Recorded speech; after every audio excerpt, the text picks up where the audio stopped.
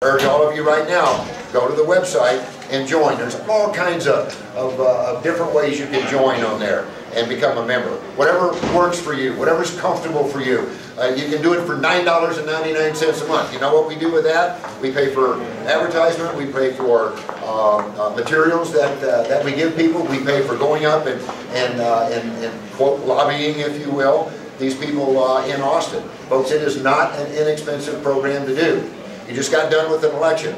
You know, there were $1 billion spent on this presidential election. Four guys really, running against each other. You know, it takes funds to be able to do that. But this is our time. This is the time in history. And I'm going to tell you, when you get to know me, and if you stick around and you get to know me, I'm an extremely passionate person. But I believe everything I say. Right now, we are finding the founding fathers and mothers of a new independent Republic of Texas. And if you don't understand that, get going on your journey, because that's exactly what has happened. We sit and we talk about history and Travis and Crockett and Bowie and Sam Houston. Well, guess what? That has gone in a great big circle, and it is our time again. It is our time again. I did a speech last week at Washington on the Brazos to a whole bunch of TNMers. And I don't know if any of you know the story of Ben Milam, but prior to the Alamo, the Mexican Army held the Alamo. And the Texian Army was sitting outside going, you know, out of town going, should we attack them? Should we run? Should we leave? What do we do? What do we do? Nobody could make a decision. And old Ben Milam stood up and said, hey, who will follow old Ben Milam to Behar, to San Antonio? Hey, we will. Somebody made a decision. Off they went.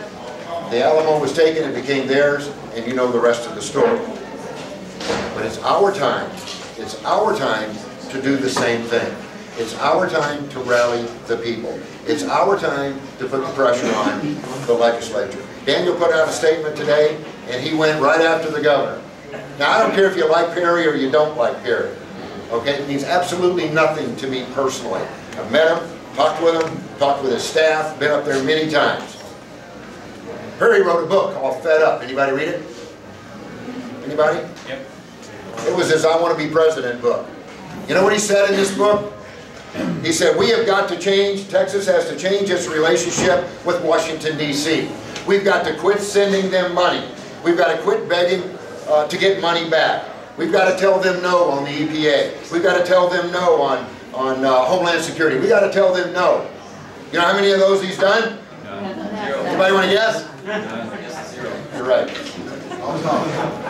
The people up there, including Perry, do this. Where's the wind blowing today? You bet. Where's the wind blowing today? Well, that's my stance.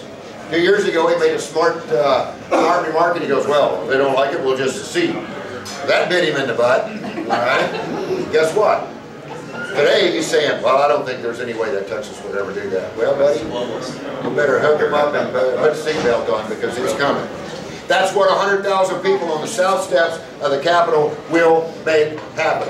Daniel Miller says, you give me 10,000 on the South Capitol steps, I'll get you a bill filed so you can all vote on it.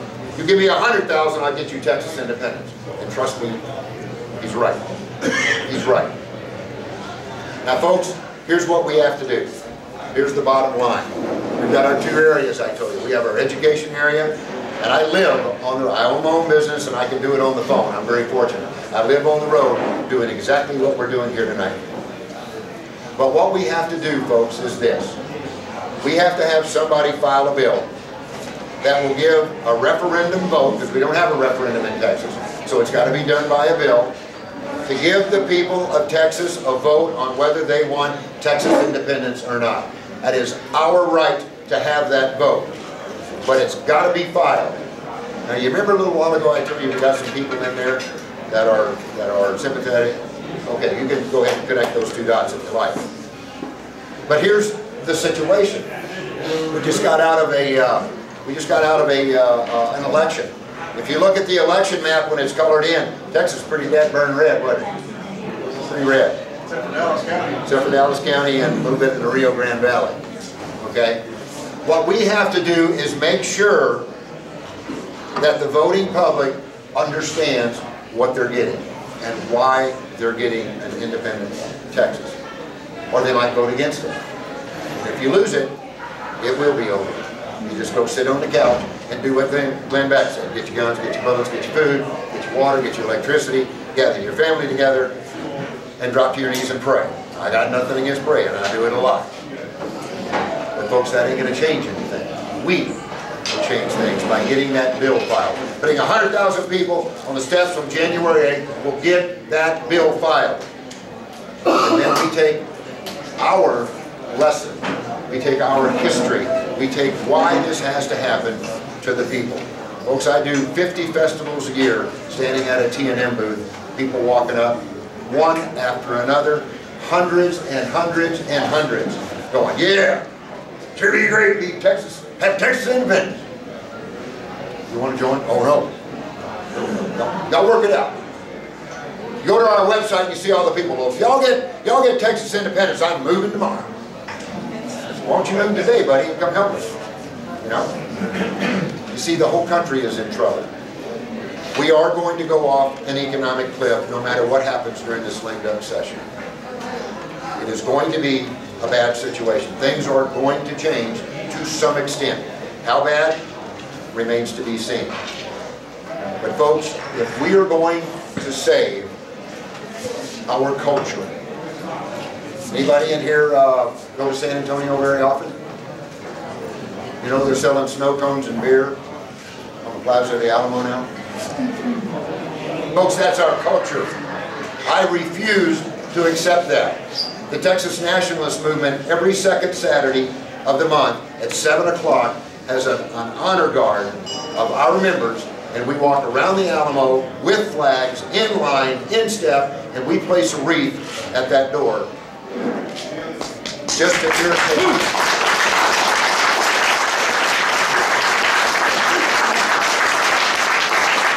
Just to irritate the mayor of San Antonio.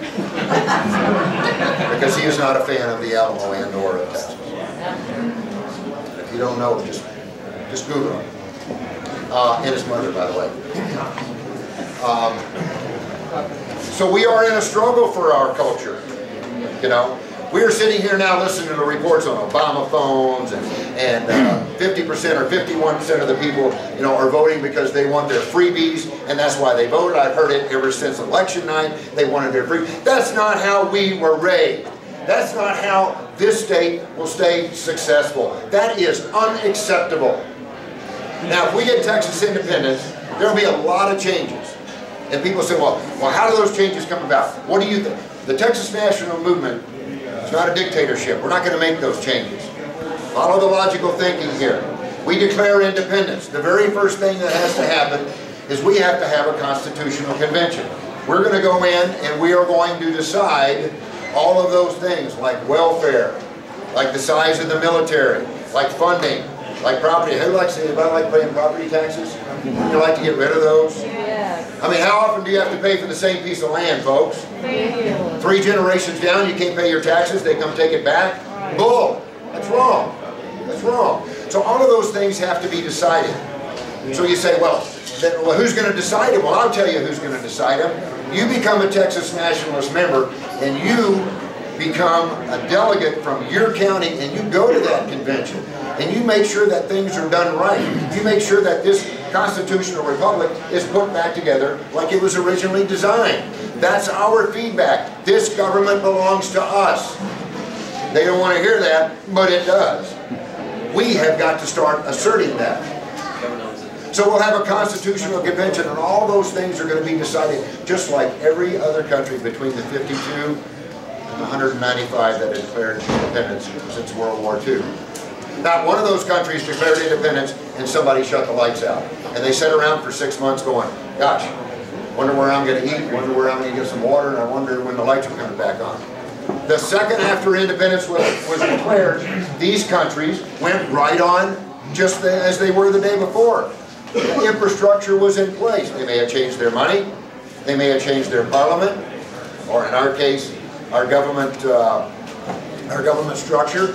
But you see, folks, when you have a constitutional convention, we're going to decide how we're going to elect the president. Is it going to be Rick Perry? Probably in the interim, because that structure is already in place.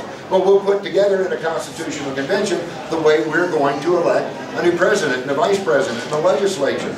And as quickly as that can get done, then we'll get on down the road being a republic, a constitutional republic again.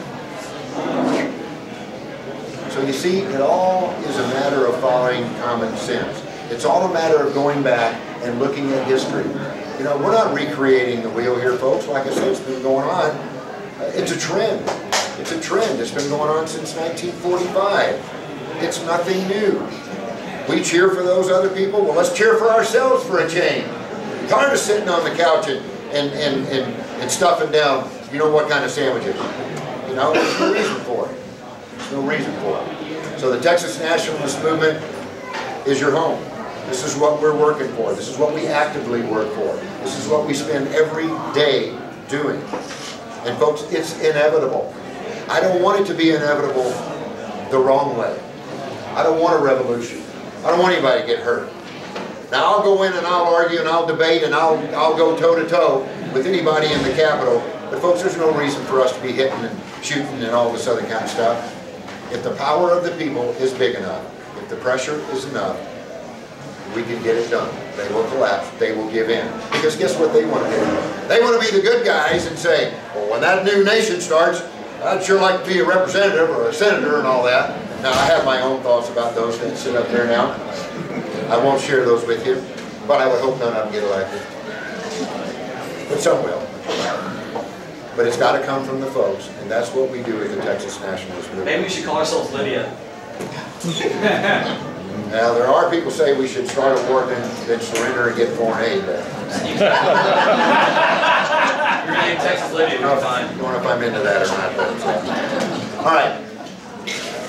Wanted to give you a little bit of an overview of how we think and what we feel and things of that nature. Folks, I'm gonna ask you again. It's right here. It's all right here. Nullification is explained. Trying to wait and vote is explained. This is like the Titanic, folks. We're on the Titanic. This puppy's got a big hole in it, and it's going down. Now, some of you, and some of the people of Texas, you can sit on the deck and you can drink wine, or you can sit on the deck and you can play your fiddle, or you can go get in a lifeboat, which is Texas independence, or you can swim for it. That's where we are. That's the cold, hard fact. I told you it wasn't going to be politically correct. That's the way it is. And you don't have to believe me. Go look at our history, where we've been since since the end of the war, since the Woodrow Wilson. You hear this stuff on Glenn Beck all the time, but it's true. We're going downhill fast now, folks. Very fast. The time for action